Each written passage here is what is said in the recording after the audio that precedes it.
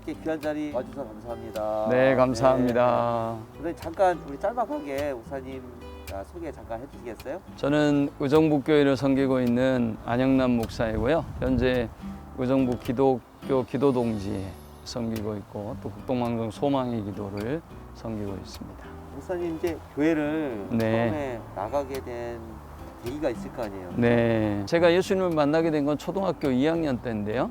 여름이었고 비 예보가 있어서 이제 비거지를 하려고 막 들판으로 그렇게 움직이고 있었던 때였습니다. 그런데 멀리 신장로로 장로님 자제분 가정이 이 교회를 가는 광경을 보았습니다. 이게 저한테는 굉장한 충격적인 장면이었습니다. 비거지를 하지 않으면 이 모든 것이 다 수포로 돌아가 버린단 말이죠. 1년에 수고한 노동의 열매가. 그런데 이분들이 교회에 나가는 광경을 보면서 제 안에는 굉장한 충격이 됐어요. 도대체 저들에게 하나님이라는 분이 어떤 분이시고 또 저들에게 신이라는 존재가 어떤 분이기에 또 예배는 어떤 의미가 있기에 이런 일이 가능할 수 있을까라는 생각을 해보게 되었고요. 그 다음 주간부터 바로 교회에 나가게 됐습니다. 어느 순간부터 호기심을 넘어서서 네. 그 존재에 대해서 정말 느껴지게 되는 그 포인트가 있었나요? 저는 어린 나이지만 예배에 정말로 목숨을 걸어야만 했습니다. 그 한 번의 예배를 드리러 간다는 것이 저로서는 엄청난 일이었어요. 저희 아버님이 이제 종갓집 종손인데다가 저희가 만일 교회를 나가게 되면 뭐 제사의 문제든 아니면 가문의 문제이든 복잡한 문제들이 벌어지기 때문에 아버님이 필사적으로 교회를 못 가게 하신 거죠. 뭐 갔다 오면 아무튼 죽도록 맞는 거예요. 몽둥이로 사람이 그렇게 맞을 수 있을까 싶을 만큼 저는 그 한 번의 예배를 가는 것이 그냥 사느냐 죽느냐가 달려 있었어요. 그래서 너무 힘들게 한 번의 예배를 또 한 번의 예배를 이렇게 드리러 가는 것이 힘들어서 제가 자유롭게 예배할 수 있는 그 새벽 제단을 쌓기 시작했습니다. 가장 하나님 앞에 사랑받는 사람이 되고 싶었어요. 그래서 내가 하나님을 위해서 무엇을 할 수 있을까라는 고민과 생각을 하다가 교회 새벽 예배의 종을 치기로 그렇게 소원을 했습니다. 그리고 이제 교회에 부탁을 하고 어린 나이에 종을 쳤는데 정말 지금 생각해도 너무 행복한 순간이었다라는 생각이 들고요. 초등학교 한 4학년 정도 됐던 것 같습니다. 그런데 우리 아버님이 이제 교회 갈 시간을 막으려고 우리 텃밭에 콩을 뽑으라고 이렇게 토요일 날 밤에 그 일을 저한테 주셨어요. 내일까지 다 뽑으라고. 그날 토요일에 저는 정말 많이 울었습니다. 예배가 그만큼 절실했던 거죠. 생각을 하다가 그날 밤에 가서 제가 밭에 있는 콩을 다 뽑았어요. 그리고 그 다음날 교회를 간 겁니다. 우리 아버님이 난리가 났어요. 이놈이 또 교회를 가버렸으니까 나중에 콩 뽑았냐라고 물어보시니까 아버지 제가 다 해놨어요. 그러니까 그때 드디어 아버님이 너 정말 독한 놈이다 그러시더니 그때부터 이제 조금 신앙생활이 수월해졌습니다. 그러고도 여러 가지 이제 많은 어려움이 있었는데 5학년 때로 기억이 되는데 울면서 예배하러 갔던 그날의 주일학교의 예배 가운데서 하나님이 직접 제게 당신의 모습을 보여주시는 그런 하나님을 만나는 경험을 했습니다. 이 뒤쪽에 늦게 그때도 간신히 교회를 갔기 때문에 앉아 있는데 강단에서 말씀을 증거하시는 목사님이 갑자기 이 줌의 카메라처럼 쫙 저를 앞으로 당겨서 그 앞에 놓기도 하고요. 또 멀어지기도 하고요. 정말 저 혼자를 놓고 설교하시는 그런 경험을 했어요. 그건 우리 설교하는 목사님의 설교가 아니라 하나님이 분명히 제 앞에 나타나셔서 그렇게 설교하는 그런 경험을 초등학교 5학년 때 하게 됐습니다. 그래서 뭐 그 이후로는 제가 하나님의 어떤 존재 네.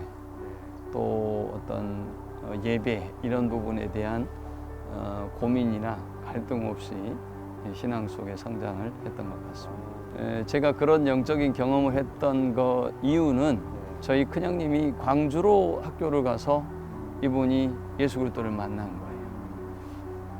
그리고 이제 올 때마다 저한테 교회 가라고 복음을 전했던 것이죠. 그때마다 제가 그랬습니다. 예수님이 재림하실 때 되면 나한테 얘기하라고. 그때 내가 예수 믿고 가겠다고. 그렇게 그냥 이렇게 넘겨왔는데 결정적으로 이제 제가 후에 알게 된 거죠. 추수기에 교회 갔던 그 과정을 보게 하시고 그다음에 저를 하나님께 인도하는 그 과정 속에 우리 형님의 기도가 굉장히 중요했다.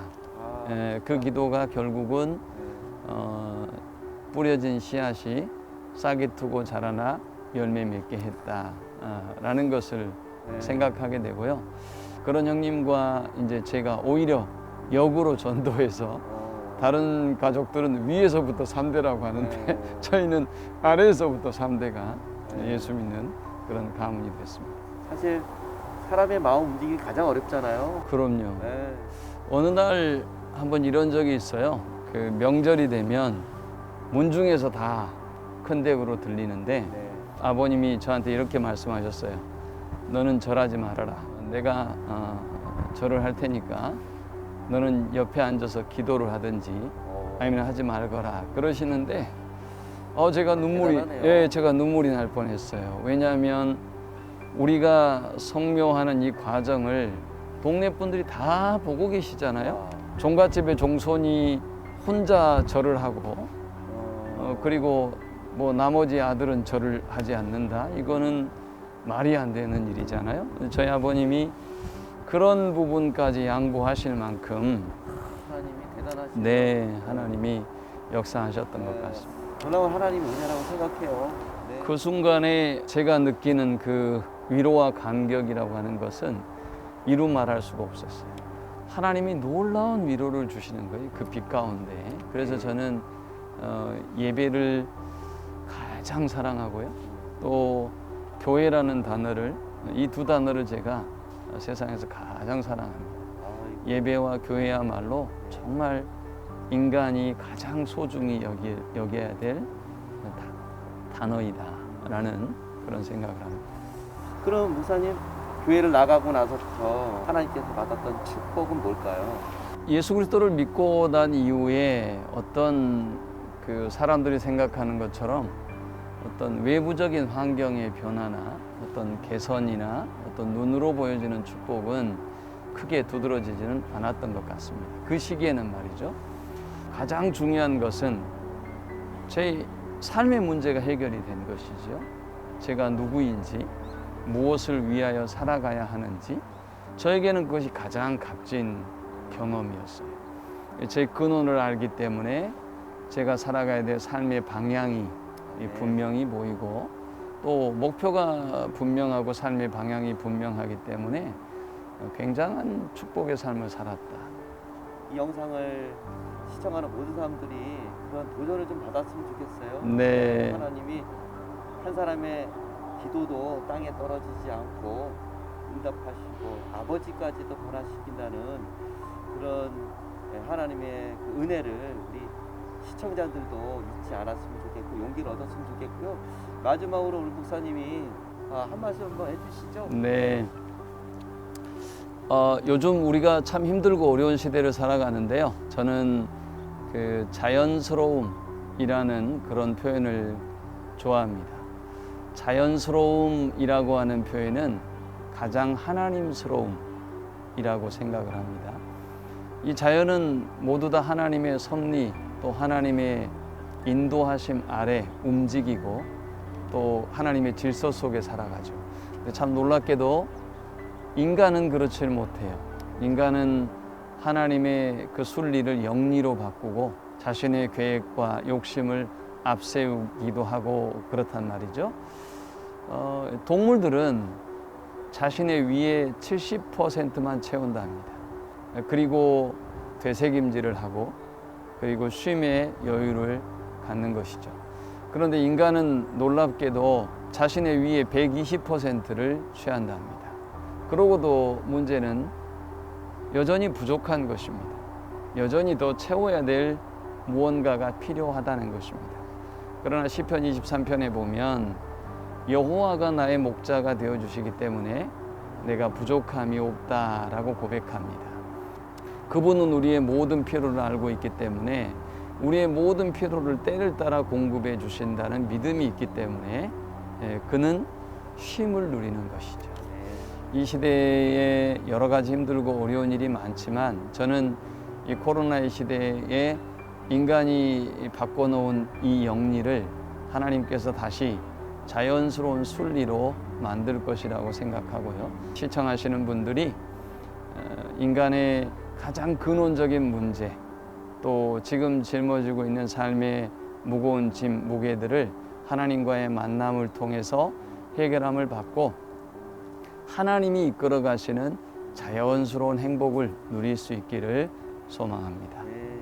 감사합니다. 네. 오늘 좋은 말씀 너무나 감사합니다. 감사합니다. 고맙습니다. 네.